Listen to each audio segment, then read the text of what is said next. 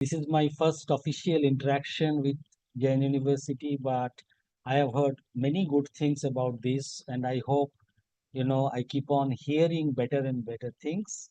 I can see young students in the class, and my topic initially I thought I'll speak on circular economy and sustainable development. Then I thought I will narrow down the focus a bit because it's a very vast field, and if we start talking, it may be a full course. So, and also most of them are available in ChatGPT. So always when I give a talk, my focus is to say something which ChatGPT cannot. So that's the challenge I take.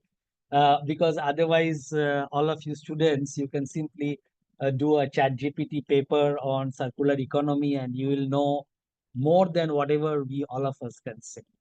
So I'm going to talk on the role of marketing in terms of sustainability and also talk about circular economy and some concepts I can see. So maybe I'll try to finish by around 1:10, 1:15. And I would love to have questions from students or even queries or comments because as I said, that's the only thing not possible in a chat GPT environment, this sort of discussion. So just quickly, I will share a few thoughts.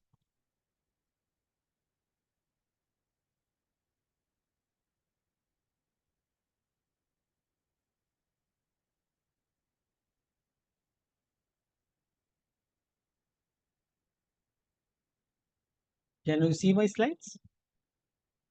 Yes, we can Yes, sir. see. Yeah. It is visible. Yeah.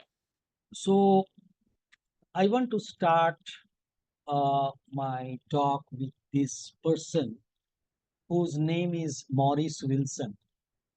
Maurice Wilson lived in UK, Great Britain in the 1920s. He went to fight in the First World War. Then he was, hurt by a bomb, injured, and he was given premature retirement because he was no longer able to fight. So he came back to Yorkshire, where he used to live in 1919, almost 105 years from today. And he was thinking what to do with life because he can't do anything related to regular work, but he had a lot of ambition. So in 1919, this guy, Maurice Wilson, decided that he will do something which nobody has ever done. And he decided to climb Mount Everest, which a few years back was discovered to be the world's highest point. He said, if I have to live the rest of my life, let me do something which nobody has done. And decided to climb Mount Everest. Now, when he decided this in 1919, he did not know how to climb. He had not even climbed a hill. And his idea of climbing Mount Everest was actually to take a flight to the base of the Himalayas and then from there to trek up. And the funny part about him is in 1919, when he decided to do this expedition, to be the first person in the world to climb Mount Everest, he also did not know how to fly. And the third part, which makes it even more interesting, is he gave himself 2 years' time, 2 years to learn flying, to learn climbing, and climb Mount Everest. So I will come back to him towards the end of my talk, but it is interesting to just keep him in mind as we go to this topic. So when I say marketing and sustainability, I think all of us also acknowledge marketing causes unsustainability. I can't ask the students because they are sitting possibly far away from the screen. But if you look at the picture on the right, that picture is on the day one when the first Apple store was launched in Bombay. And you can see from the line how hungry people are to buy a phone worth 80,000 to 1.5 lakhs. In fact, I remember seeing in a news channel somebody buying 4 phones saying, this is for my whole family. So when a brand can create that craze that people don't even question the price, possibly we can say lot of unsustainability today is due to the traditional nature of marketing, creating a craze around certain thing.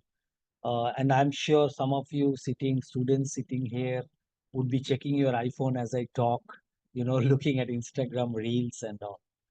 So that's the one point we need to remember, that if you look at this young person, and this picture could be also from your JAIN University canteen, uh, products like KFC, McDonald's, and Burger King are relatively low cost, not as low cost as they are in the US, and they are extremely bad for health.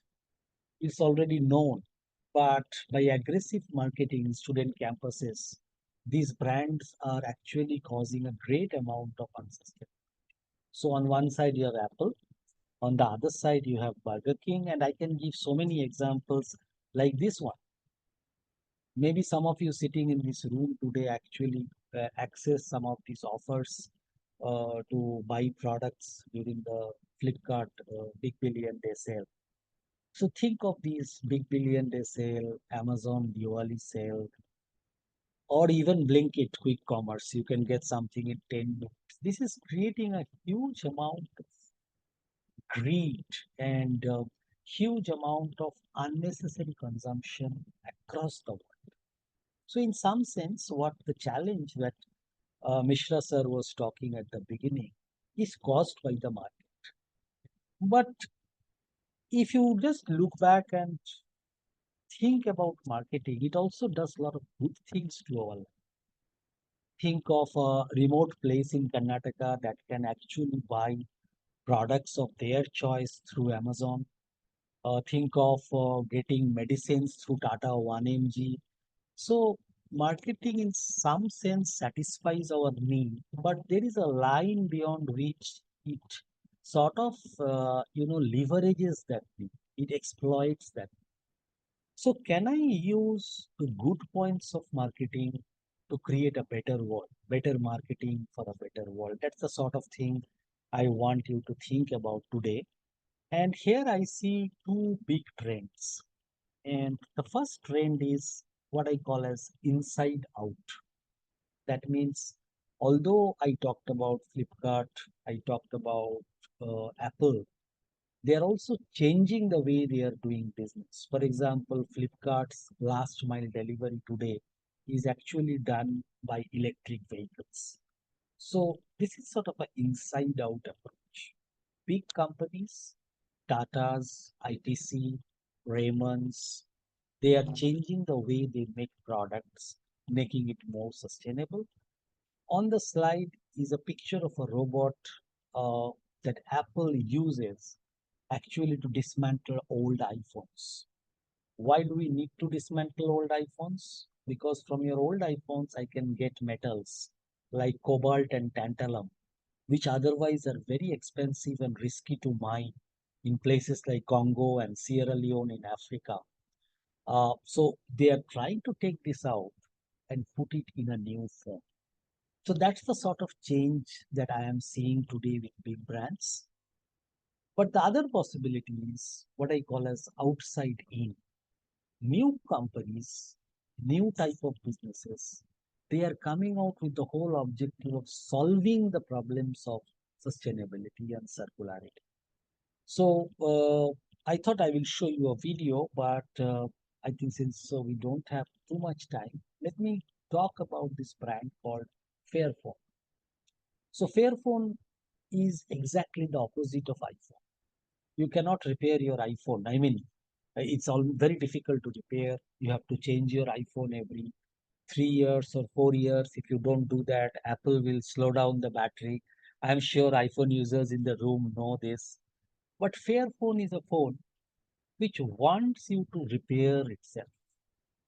So you can take out each part of the phone and you can order a spare part. You can even put it back yourself. They give you a kit. So there is the whole idea of the Fairphone is it should last for a long time. So that's the first difference with Apple.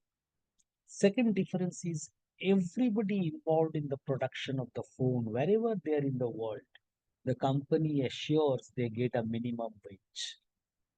The third thing is they want people to keep for you to keep the phone for a long time and be able to repair it. And in the process, what they are doing, where these metals are mined, cobalt and tantalum in Congo, they are forming collaboration with companies like Tesla, because electric vehicles also use these metals. And they're creating a coalition saying, okay, we need these metals from very poor places in Africa. Can I give those people basic education, basic insurance, basic wages? So very different from Apple's business model. So let me expand with a few more examples. Inside Out, as I said, is large companies changing the processes. I'm sure most of us, we enjoy Lay's potato chips. I love it. But if you look at the way these potato chips are made, nowadays we are finding more and more baked products compared to fried products. But when you actually bake a potato chips, you cannot do it in a traditional machine shown in the right side of the slide. On the right side, you have a very traditional potato frying machine that most of the chips companies use. But for baking, you need a different machine, you need a different certification, you need a different supply. So one point to understand from this example is it's easy for us to say, why are you not shifting from fried goods to baked goods? We can say, why is Haldiram not making more baked products?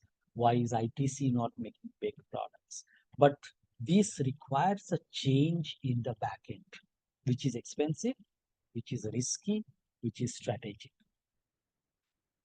The second example is of brand, maybe some of you know this. Whenever you go to pantaloons, for example, you see this brand called Liva.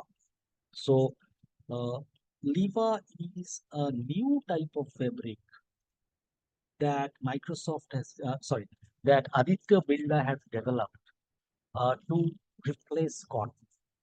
Now, when I wear a cotton shirt, cotton is very dirty. It uses a lot of water. So most of the big brands, they want to come out of that cotton production. What is the challenge in shifting from cotton to another type of fabric? Cotton is also very comfortable. You know, a white cotton t-shirt could be the most comfortable thing in the summer.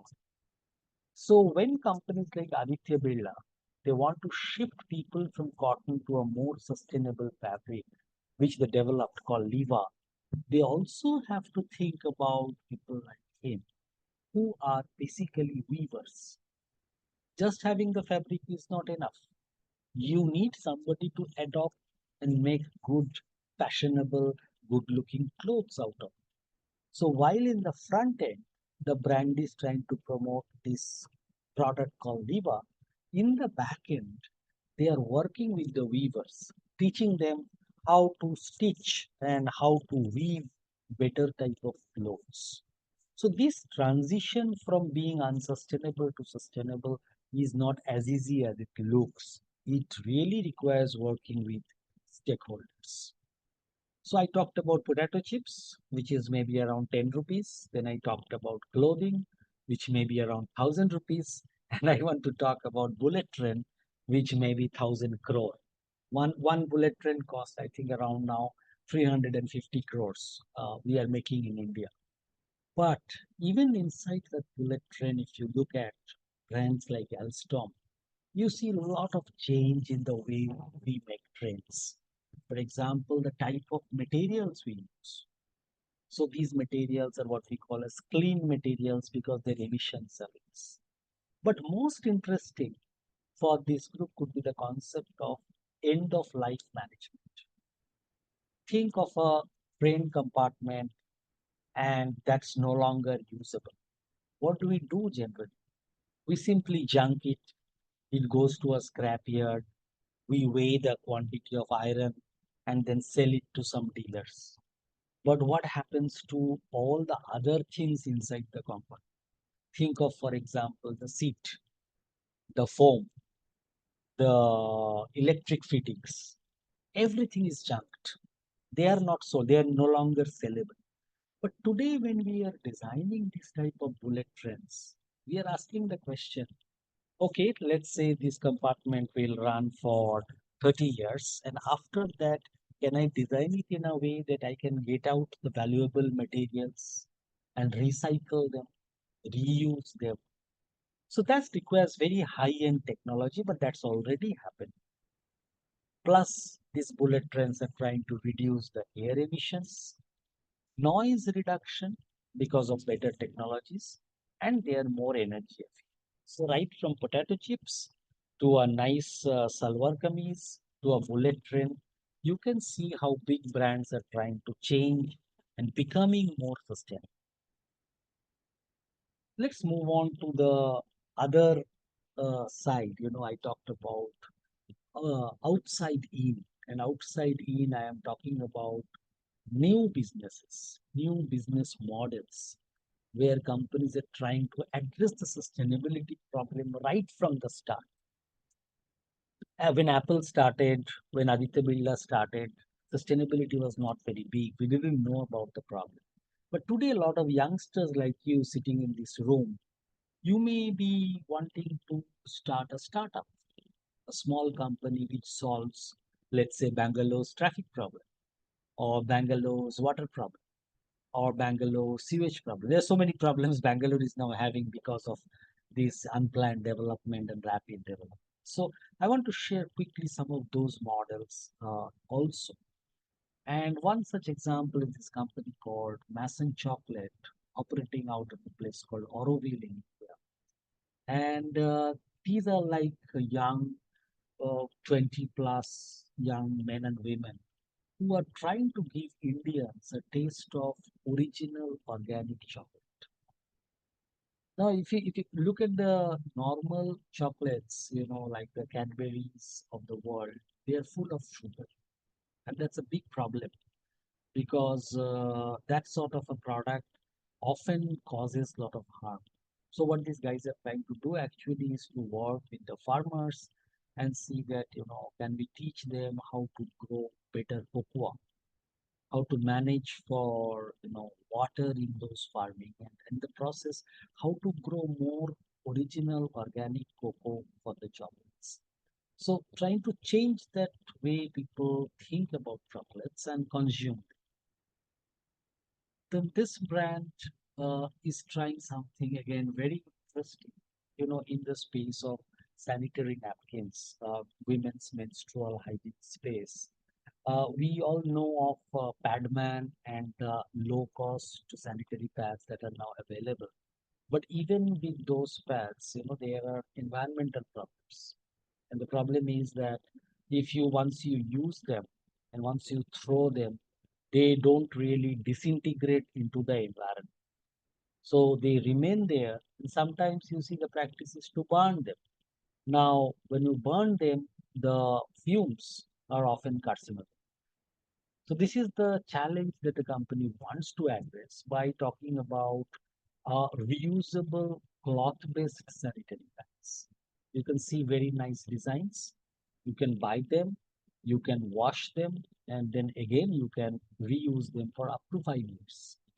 So in the process, what am I doing? I'm actually protecting a lot of those use and throw pads to go to the landfill, possibly protecting from carcinogenic fumes, and this trying to change the market. And they can teach any one of you willing to learn this on how to make it. It's not like a proprietary secret that multinationals would often use, but they can actually teach anybody who is willing to learn on how to make it, how to distribute it, how to gift it, or even how to use it for your own use. So, Prof. Mishra was talking about this recycled clothes, and the one brand that came to my mind is called We Love, and they are working primarily with this concept of, what do you do with a pair of jeans which you cannot use anymore.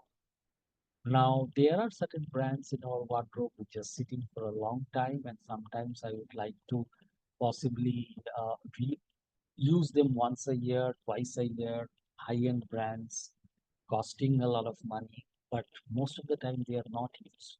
So can we create a marketplace for people can buy or rent designer clothes? And this is not outside India. This is happening in India. They're doing good business. Primarily, idea is can I rent or buy sort used high-end brands? So these are examples of how the markets, the traditional market, where you're buying always a new clothing, and second-hand clothing is not really in vogue, except those practices of somebody passing it on, like your mother passing it on to a daughter or a dad passing it on to a son, which is there to some extent in Indian families, but it doesn't really solve the problem of what we are talking about, because these clothes end up in landfill, or they sometimes go to remote places in like Africa, where they create further problems. Now, this is a brand which, again, outside in approach. I want to ask anybody would like to guess what's the full form of this, what you see on the slide, like TJ. Any guess what TJ stands for? Anybody just can try to answer that? And maybe somebody can just share that. I don't know whether microphone is audible from where the students are sitting, but this is a brand of cookies. My question is, what does TJ stands for?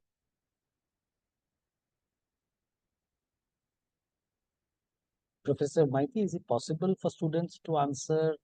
Uh, Y- Yes, sir. Actually, we have one microphone there. okay, Any students are there, if you can come to that microphone and can give the I see, answer. I see. Yeah, I can understand. Just let's see if somebody wants to Ye- try. Yes, sir. Yes, sir. What does TJ stands for in this brand?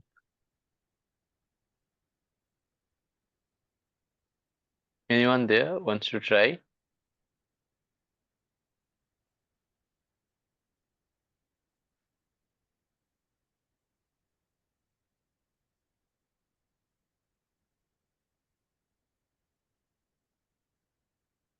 No takers? Because I can't see. No, take it. Sir, we have one. Yeah. Sir, we have Yes. one. Okay, Yeah. let's hear. Okay, okay, fine. Those, sure. Full. I think it's Trader Joe's. No, I mean, it's not Trader Joe. Google will give that answer, but it's not Trader Joe. It's an Indian, sorry, it's an Indian brand. Thank you, sir. Anyone?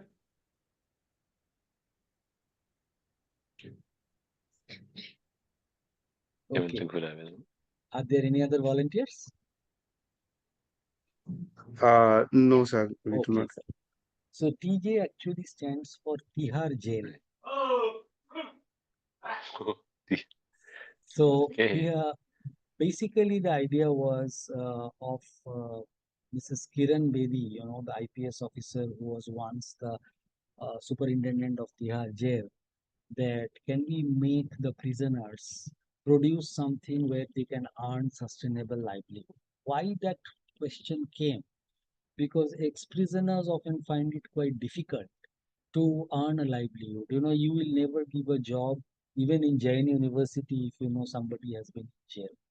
So there is a sort of stigma around these people when we talk about ex-prisoners. And she said that, suppose I teach them how to bake cookies, and they are suppose nice, tasty cookies, we all love them. Can they make a livelihood? So it became very popular. I don't know the current state, but in terms of quality, when it was launched, there was a very big market for that. So here, what they are trying to do is they are trying to address a social problem. So with reloved the used clothes, the problem was both environmental and social. Here it's more of a social problem. Nobody wants to give a prisoner a job. So can I create a business model to solve that problem? So these sort of businesses, these outside in models, sometimes we call them as social enterprises. Not always, but most of them try to solve an environmental or a social problem through a business. But whether it is inside in or inside out or outside in, there is still a problem in this discussion about marketing becoming more sustainable. What is that problem?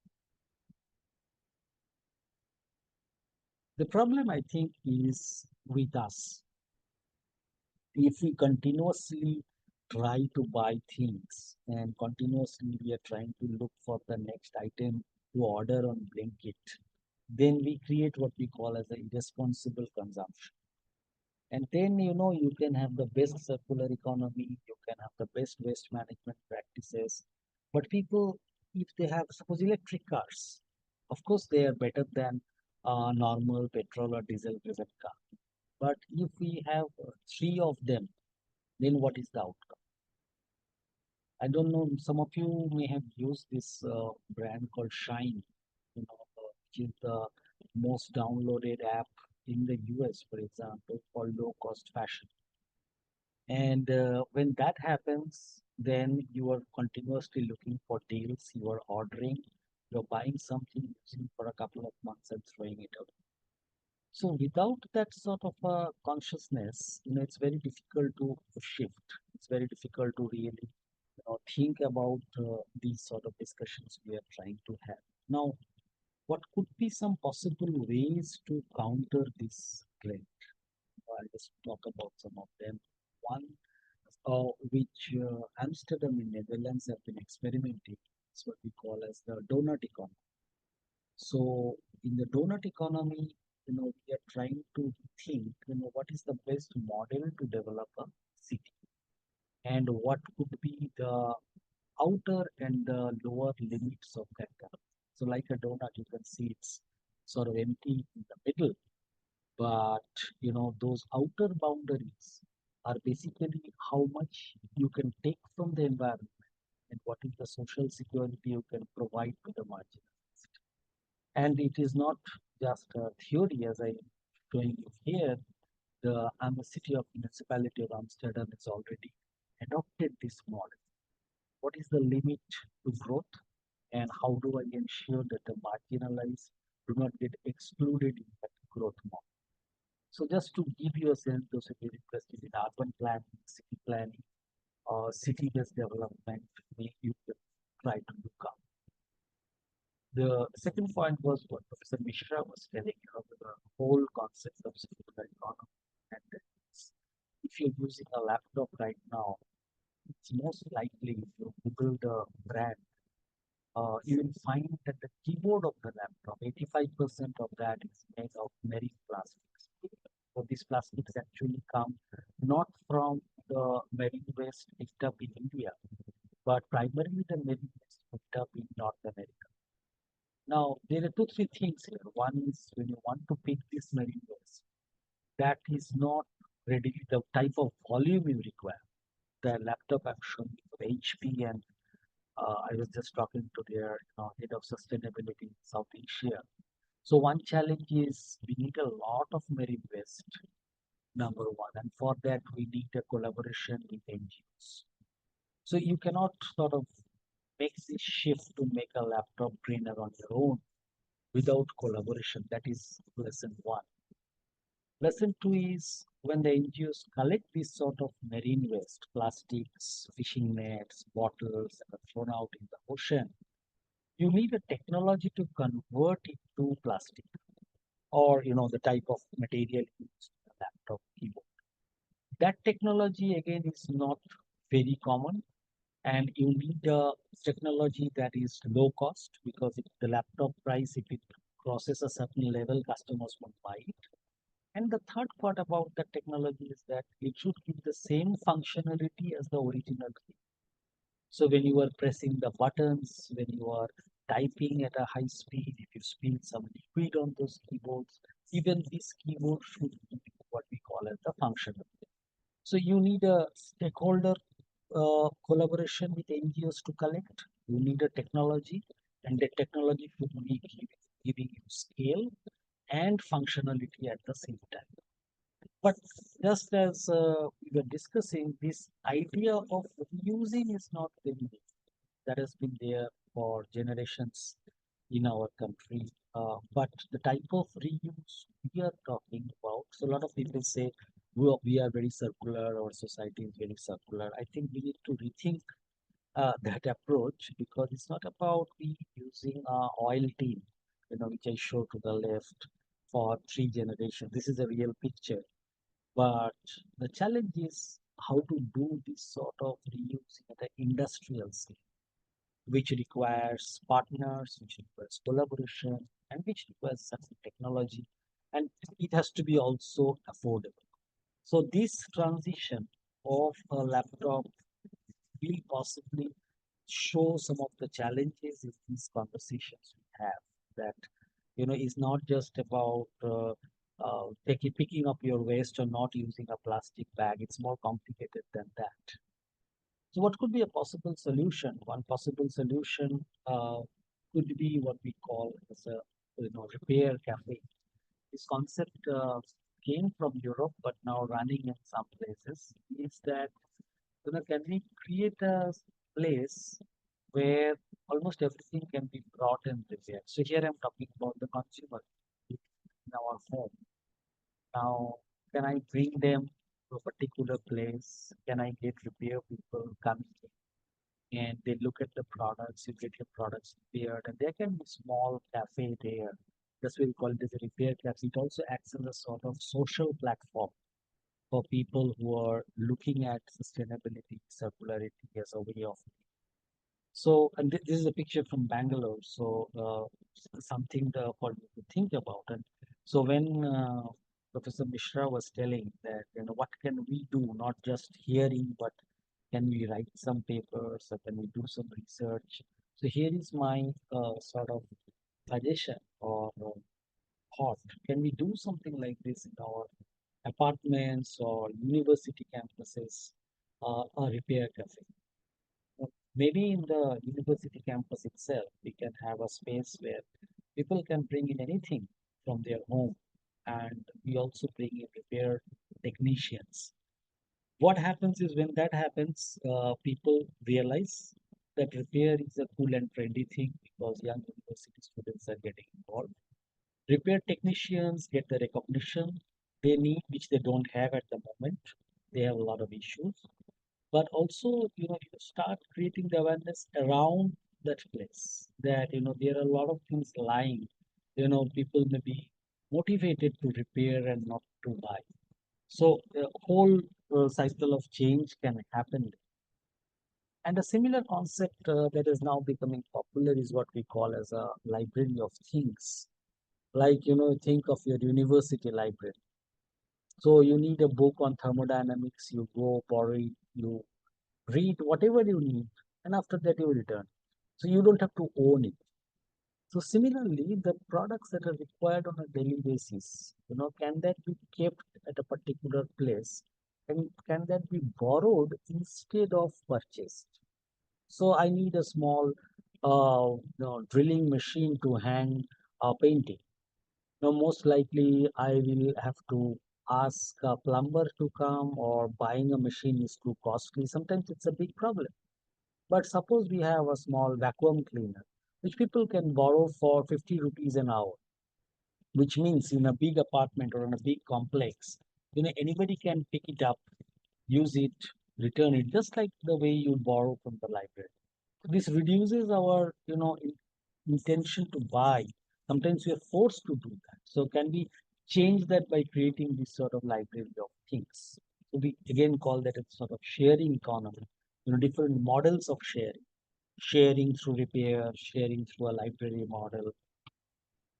So this is another question I had, that can we have this sort of library of things, in your place, for example, in the apartment complex or in the university, students can come. And library of things need not be only about equipments. It could be about dresses, for example, t-shirt which you no longer want to wear, but a very nice condition. Maybe somebody want to pick it up, you want to give it for free. Even subscription is not required. You may like to make it free. So that's another model to experiment, the free model. So it can happen also with books, like at, the books you want to give away. instead of selling, because when you sell, possibly it goes to a different market. But somebody may like to pick up a comics or a maths book or an engineering book that you are using, and then that could be an interesting experiment. And then we also have this concept of the caring economy. So caring economy basically, a very good example is the Arvind Eye Care, Madurai. And I always give this example when I teach this subject in detail because they're very interesting. If you look at the Arvind balance sheet, you will find their profitability is around 40% gross profit, which is higher than all the Apollo hospitals and the Fortis hospitals of the world. But 50% of the patients, the poorer patients, they are treated free of cost. And if you look at the quality of eye care, they are comparable with that of NHS UK. So here is a company with around 40% gross margin, 50% of the patients treated free, and the quality is of international law.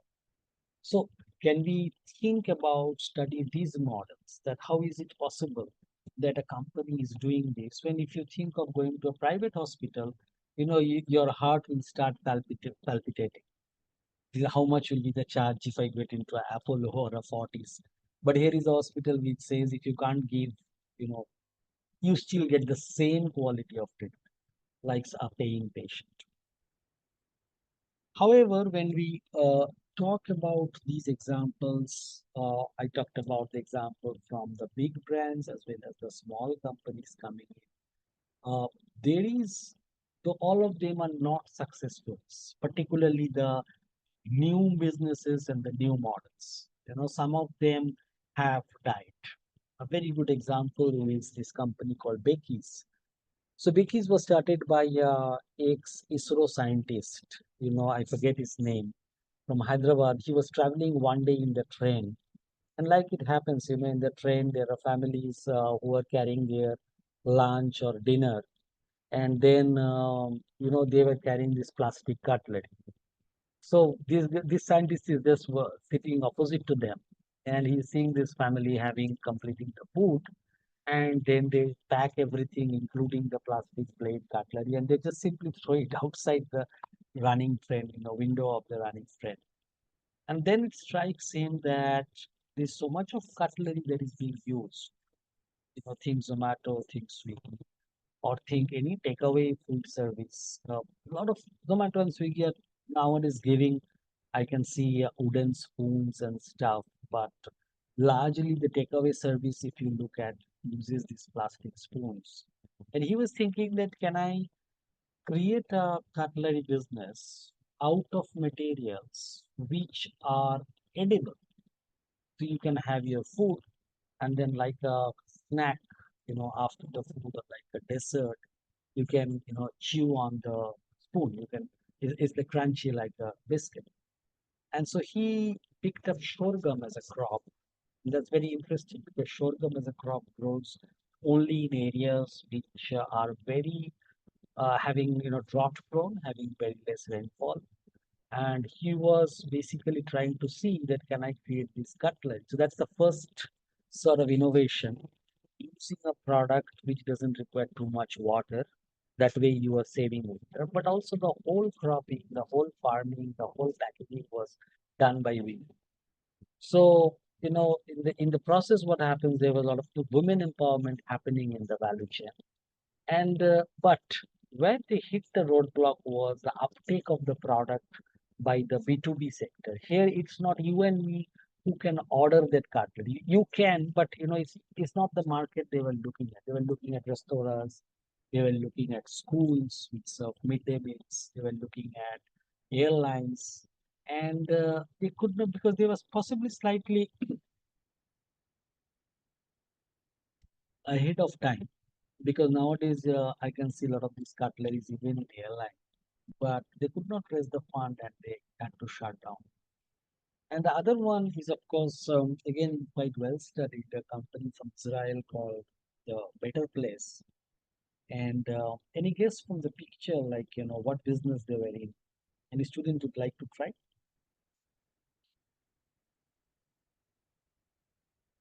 What is the business there?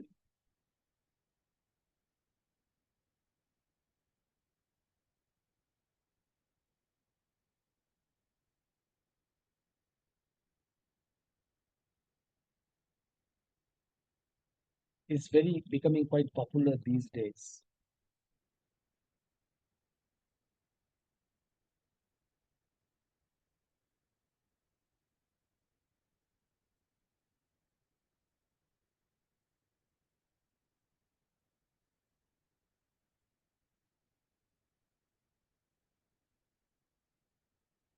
Any thoughts?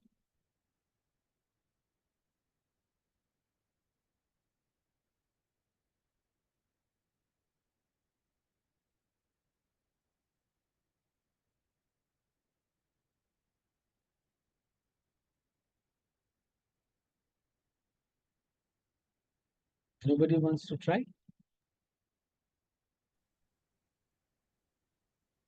Anyone there? So, Sorry, come again. no, sir, I'm Yeah. just asking students. I think Okay. one or two may Yeah. try, sir. So, Yes. Yes. yeah. Any ideas what business they are in? They are actually. Are you seeing any volunteers?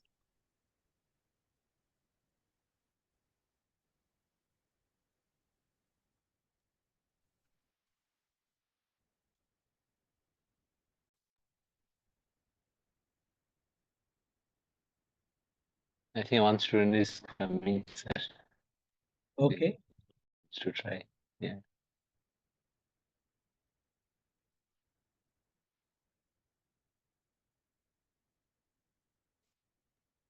Um, Sir, is it like a therapy session, please? Just a guess. Okay, yeah, that's a good guess. Basically, they are into electric vehicle charging, which is now, you get in most apartments, they're coming out with vehicle charging. But they started this in 2007, 8, much before time. And people didn't believe this could be a business. And they stopped. Both Becky's and Better Place no longer exist. So often I call them as the valley of death. When you create these sort of businesses, sometimes, we talk a lot about unicorns or entrepreneurs, but not all of them really survive this cycle of starting a company, stabilizing, and growing. So coming back to what we were talking about, I started by talking about the contradictions, right? That marketing creates certain unsustainable behavior by creating a urge to consume more, to consume quickly, think of fast food, and buying cheap products. Uh, and there are certain limits to which marketing can possibly help. But can we use marketing, their creativity, their design, good advertising to change behavior from a negative to a positive behavior? So can we do that? And here I talked about them two possibilities. One is, big brands changing their value chain, changing the way, for example, you are baking instead of frying. You are thinking of teaching weavers how to use alternative materials for fashionable clothes, or even you are looking at changing the way you make a train, a bullet train. So inside out, but also then outside in. Examples of Mason's chocolate, EcoFam, the hard gel TJs, that there are business models which are starting with the problem that we are facing, starting with the sustainability problem, starting with the problem of exprison, starting with the problem of reused clothes, and then creating a new model. And in this process, we are talking about then two sort of ways to look at this. One is how do you share goods? So maybe you need a platform for sharing. Like I talked about Relove, that you can put your clothes there and somebody wants to buy it or rent it. But also we talked about the donut model, that whenever we are thinking of developing a city, think Bangalore, what is the maximum to which we can grow without breaking the model? But also what is the minimum in terms of, okay, we are getting those flyovers and these flashy office buildings and Uber and all, but what about the people who are at the margins, for example the migrant workers in the city? So what part of the development they should also get? And then I talked about the caring economy. So the caring economy is basically saying, particularly for certain services like healthcare, really thinking of the customer, healing the customer, not really about you get in, do a process and then get out.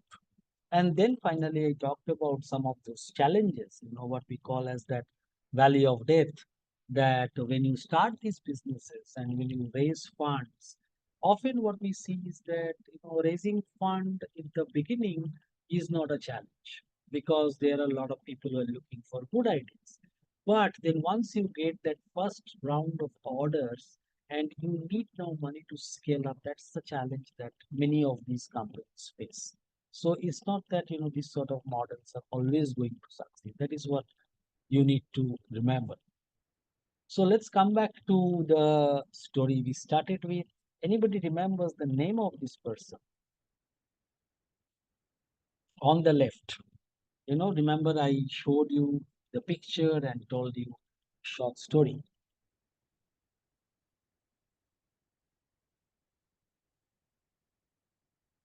Anybody remembers the name of this person?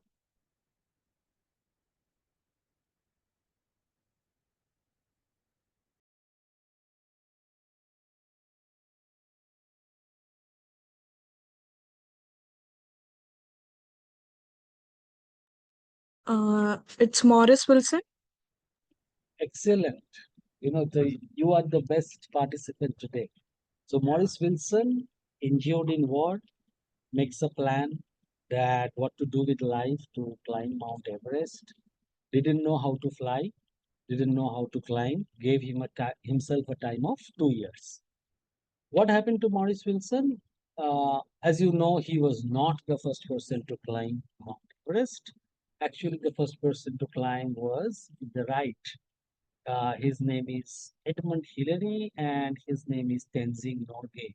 So I think in 1952 or somewhere around that time, they were the first people. What happened to Morris Wilson? He couldn't fly up to the base of the Himalayas. His this aircraft, developed a problem. Then he somehow reached through Darjeeling, through Tibet, the place he planned initially. He wanted to climb, but because of snowstorm, he tried 4 times, and in one of those storms, he died. Later on, as Everest became more and more popular, more people wanted to go. When one of those parties were coming down, they found his diary. And in that diary, they came to know all that story. There's a beautiful book he has written. They found all these jottings in the diary. And I think after 30 years from that attempt, Hillary and Norgay climbed a peak. Now, why I am sharing this story and connecting it with sustainability transformation? A lot of these companies like Becky's, like Better Place, are like Morris Wilson. So they identify a goal, they try to develop these technologies, they raise funds, and they die. But that lesson is picked up by successful players in the years to come. So it's not a sort of magic formula that you start by saying, I will buy a plane and I will climb the hill. But even when you do that, that lesson tells other climbers or other companies what are the challenges when you want to climb this sustainability summit, what to look for, what not to do. So that is where I think I was talking. So I stop here and open to your questions, comments. Please feel free if you have any thoughts. Very happy to hear.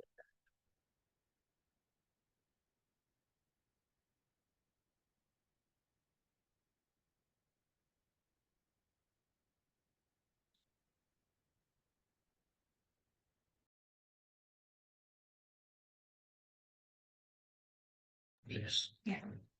Good afternoon, sir. Yeah. So, as you mentioned, unnecessary consumption creates unsustainability, right?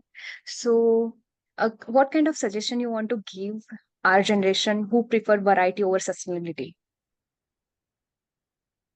Very difficult question because my children are also in college, so I know Giving any suggestion can backfire. Maybe they will not tell me directly, but I am seeing two things. One is that the Gen Z, the people who are now in this room as students, they have two trends. One is they're quite aware of the challenges, and some of them are actually buying products from the companies I mentioned. It's quite popular with them.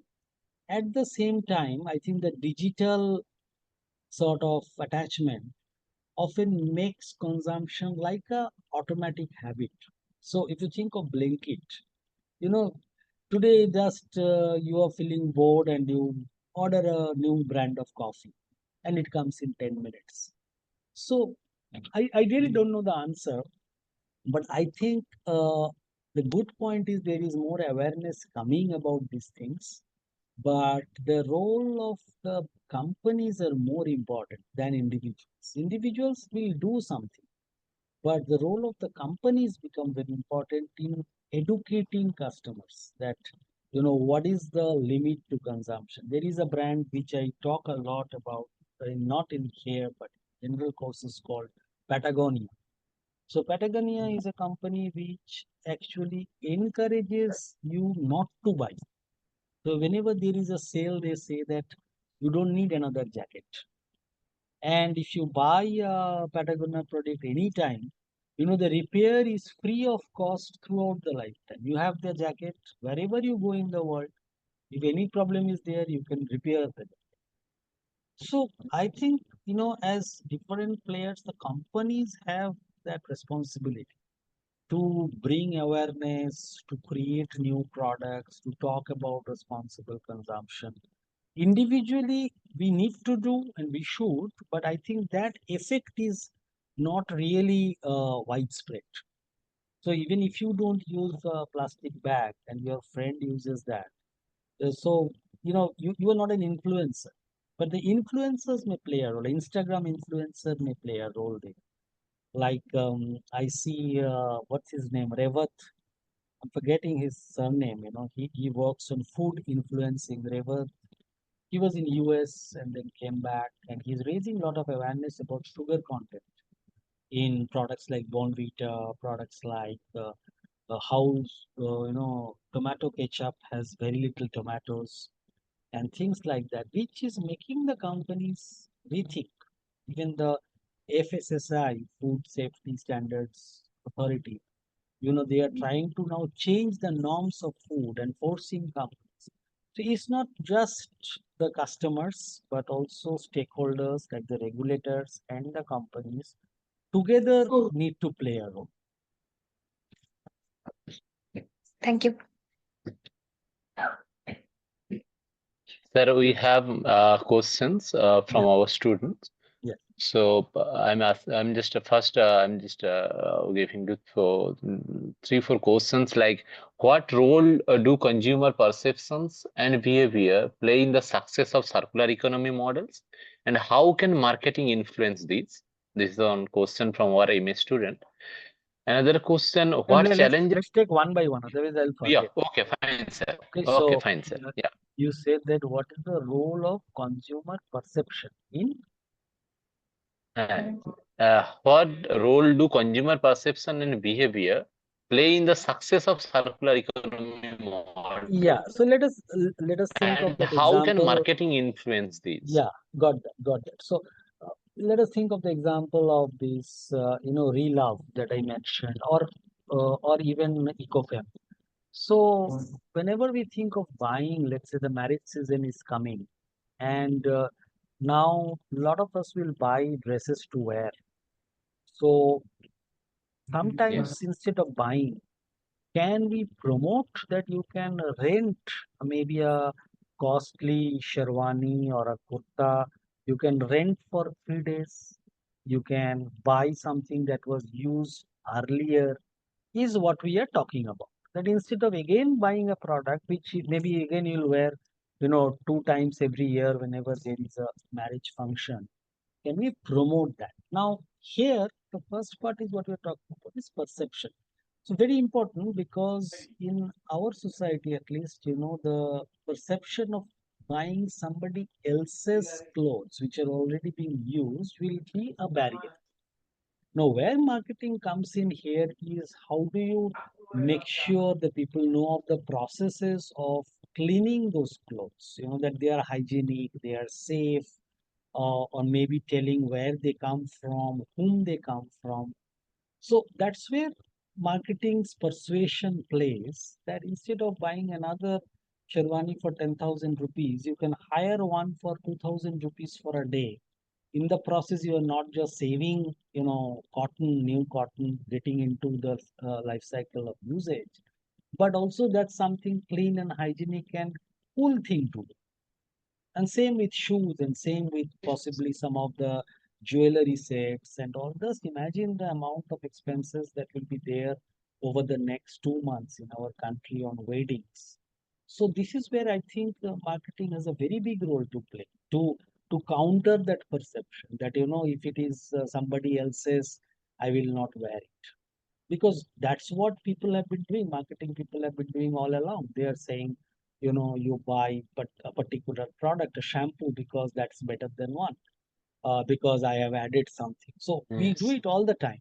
Now, can I do it for second-hand clothing? Is marketing's challenge. Yes, sir. So, okay, fine. Thank you. So, Farhana, you want to ask something, I think, if you are there. So, you can come.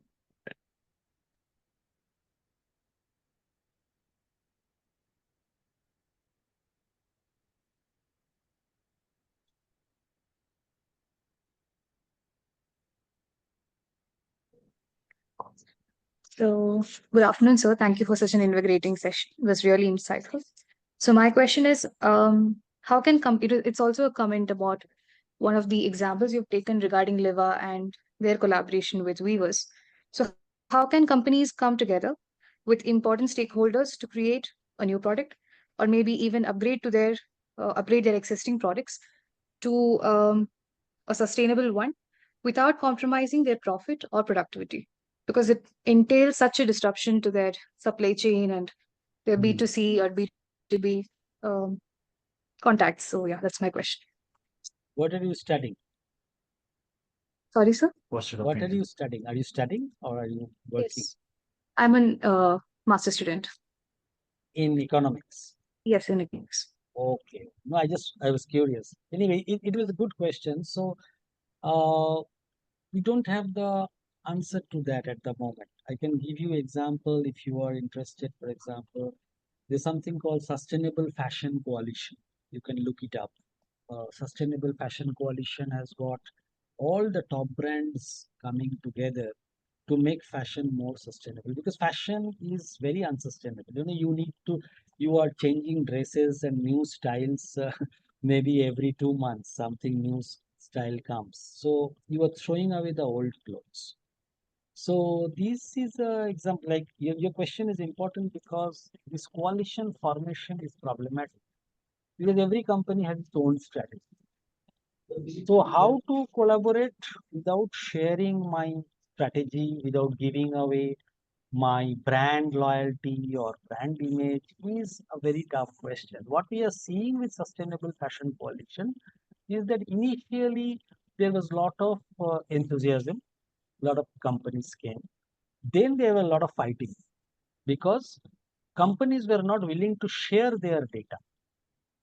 So, what they were trying to do is to say that for all of their products, they wanted to put a number called a Higgs index.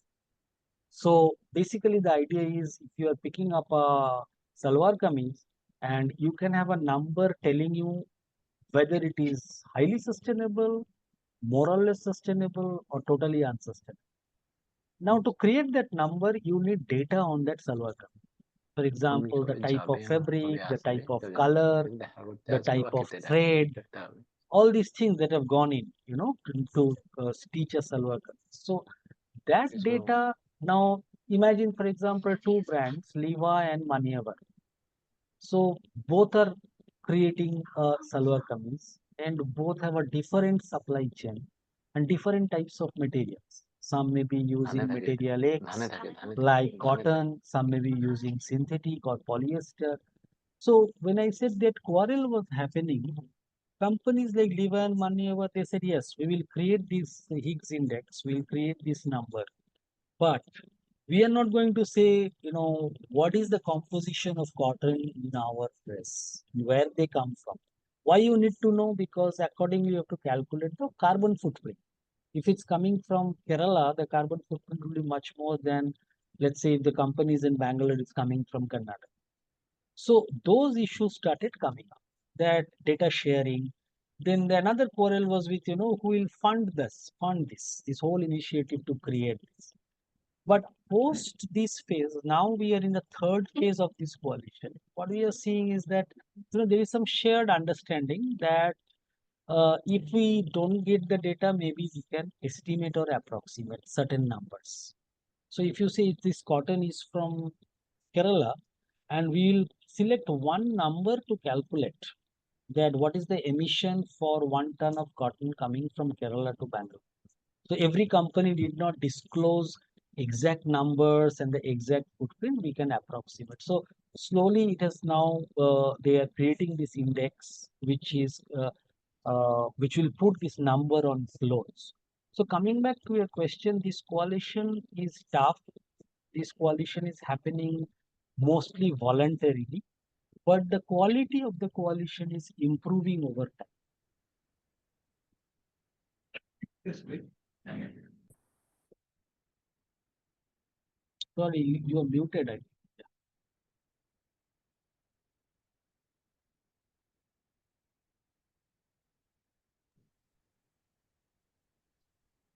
Yeah. Go ahead. Am I audible? Yeah. Okay. So there's a follow-up question, sir. So basically, as you mentioned, the voluntarity, I mean, they have to voluntarily come up and do this. So let's say a particular set of group of people or companies identify the market gap, they do their research and they come up. So how exactly can they, if they are really interested, how can they influence the taste and preferences or consumer behavior in the market? Because unless there is, let's say, an ongoing issue about the fast food chain, there's a very important, let's say, there has been an outbreak, there has been some health issue. So unless something very big happens, we are not influenced or we do not literally take care of our current consumption pattern.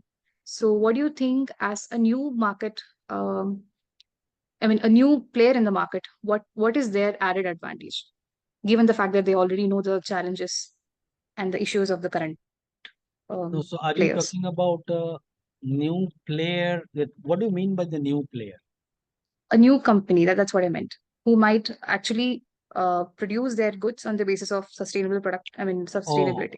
That's okay. what I Yeah. So the challenge depends on when you say new player. The new player can come from two ways. One is that a bigger company trying to launch a greener brand. Like the Tatas have now acquired a company called Soulful, and bigger company they want to promote this green line. That could be a new player. And another type of new player, the one I shared, is basically a completely new organization. So they were not there, and they like Ecofame or Mason's Chocolate. So for them, the challenge is much bigger. So what we are generally seeing is that they don't want to capture the whole market. They are very clear which sort of customers they want to speak. So in talk about segmentation, targeting, and positioning in marketing. So they are very clear. They want to target. Let's say if it is the pre-loved clothes, pre-loved clothes, then they want to focus on Gen Z in big metros, and they don't want to go even to the middle-aged customers in Kannada. So one is that you segment that who is the type of customers, and we have a name for those segment called LOHAS, lifestyle of health and sustainability. So that segment, that demographics they identify, and there they try to build up through primarily digital media today, Instagram and Twitter and Facebook and also websites. They try to build a digital presence. The third thing they do, and this is very important for these companies, is what we call as a backstory.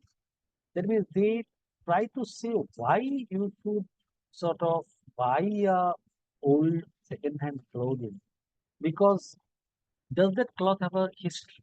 For example, maybe it has come from somebody who bought it for the first travel abroad, or somebody who went abroad and bought it in a particular store. So, what is the story behind that particular issue?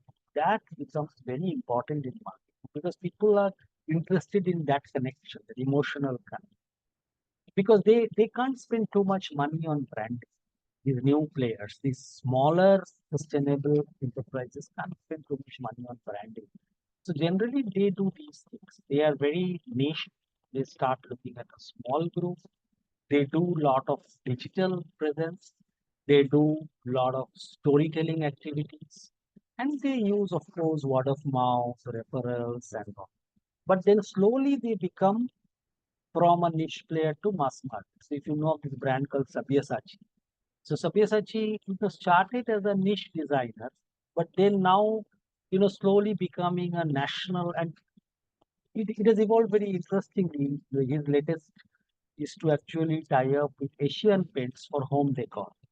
But he started as a sari designer, very niche, very high end. So it goes through a pathway. Start small, digital, word of mouth, premium, and then slowly, if it succeeds and the owner wants it, then you go into the bigger markets.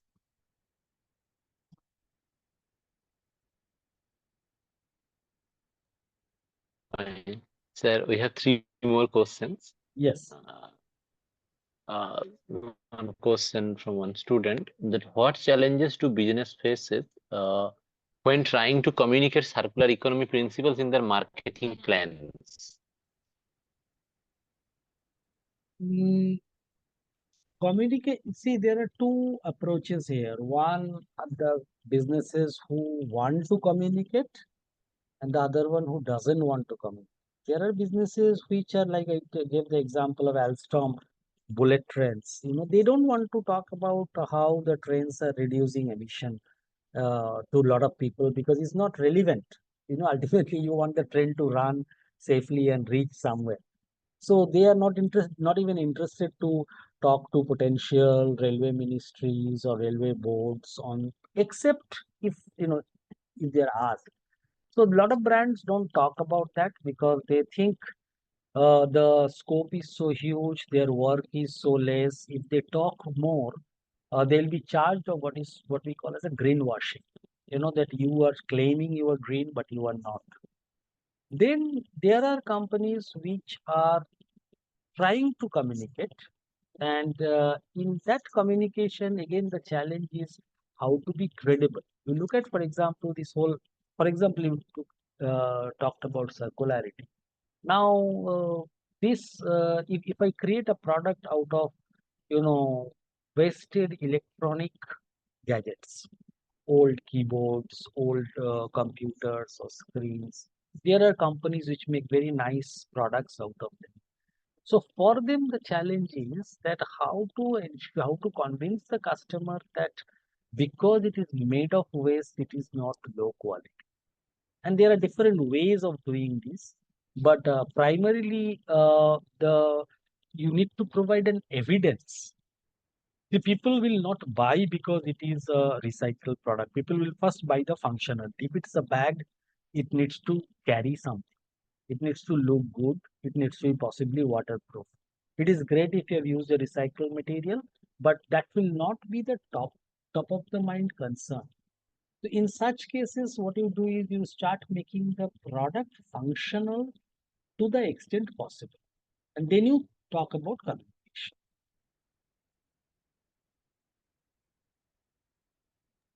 Yeah, sir. Another question. How do companies balance profit motives with sustainability goals when marketing circular economy products or services? Mainly question on companies balance profit motive. Yeah, this is all. I mean, I really like all the questions because they are very important and relevant. So balancing profit and sustainability, there are some low-hanging fruits. If you think of a company factory and a company changing from conventional power to solar power, you are becoming sustainable and you are becoming profitable because solar power is cheaper in the long run. So there are certain low-hanging fruits which is possible. But when you want to change the process, like from frying to baking, taking the example of Lay's potato chips, then there is a challenge because these transformations require a longer time to show profit.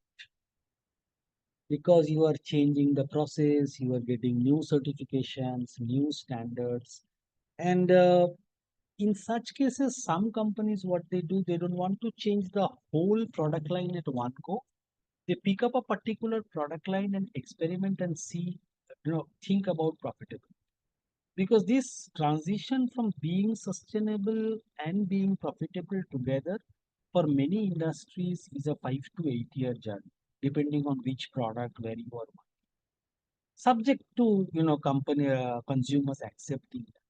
So balancing, I would say the lower hanging fruits is like solar or recycling of water. Those are the things which companies need to start with. The second part is more complicated. I don't think we have enough space to address that here. Yes. Mm. Yes. Sir. So, sir, last question. That how can businesses measure the effectiveness of their marketing efforts in promoting circular economy principles and sustainability? This is also a very good question. In marketing, we have sort of some work done on what we call as the return on marketing investments. But saying that measuring marketing efforts, advertising efforts is always a challenge because people see your advertisement, people see the brand, but are they buying because of that? That connection is very difficult, whether it is for a conventional product or for circular economic product. So at the moment, I think not much is known. Does sustainability communications require different way of measuring return on marketing investment? What companies are doing at the moment is they are slowly increasing the budget for marketing. So here I'm differentiating between sales and marketing. For marketing expenditure, they are putting some money and seeing sometimes through surveys, sometimes through customer discussions, how many of them are because of those particular attributes, like it is made of recycled product, or it is made of, but it is handmade or made by orphans. But at the moment, there is no clear method that if a customer is picking up a product, what percentage of that intention comes from the fact that it is sustainable. Okay, sir. Thank you, sir, for your insightful, lecture and thoughts. Okay, so now I'm requesting, Rahul sir to deliver vote of thanks.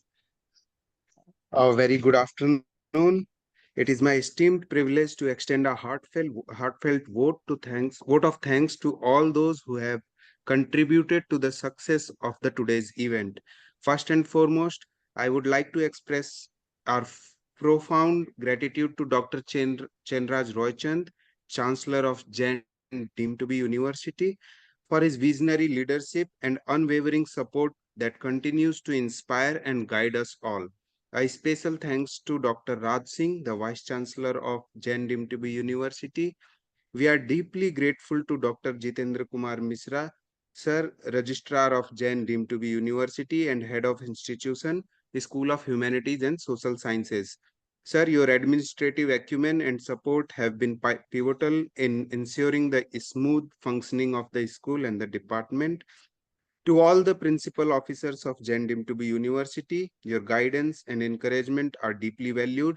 Our gratitude extends to Dr. Tahia Afzal, Senior Academic Coordinator, SHSS. Thank you for your kind support, Madam.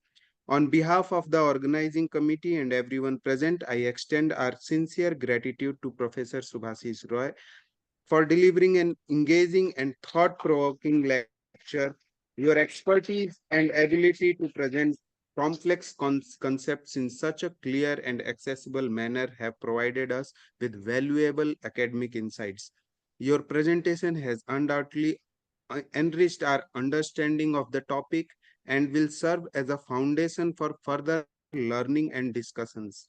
We deeply appreciate the time and effort you have taken to join us today and share your knowledge with our academic community, sir. Thank you once again, Professor Ray, for your valuable contribution. We hope to have the privilege of learning from you again in the future. A special thanks to Dr. Sushoban Maiti, convener of the lecture series, for his commitment and meticulous planning in organizing this event. To all the faculty members and students, volunteers, your hard work, enthusiasm, and cooperation have been the backbone of this lecture series. Once again, thank you all for your invaluable contributions and for being a part of this remarkable journey. Thank you. Thank you, sir. Thank you, Professor Ray. We will keep in touch and we will look forward to whenever you are in Bangalore, let us know. We will meet personally. Sure, sir. Sure. Thank you. Thank you Right, for so thank having you me. very much. We are All the indeed best. right. All Thank you. the Sir. Thank you. Sir. Yes. Thank you, everyone. Okay. Thank you, sir. Thank you.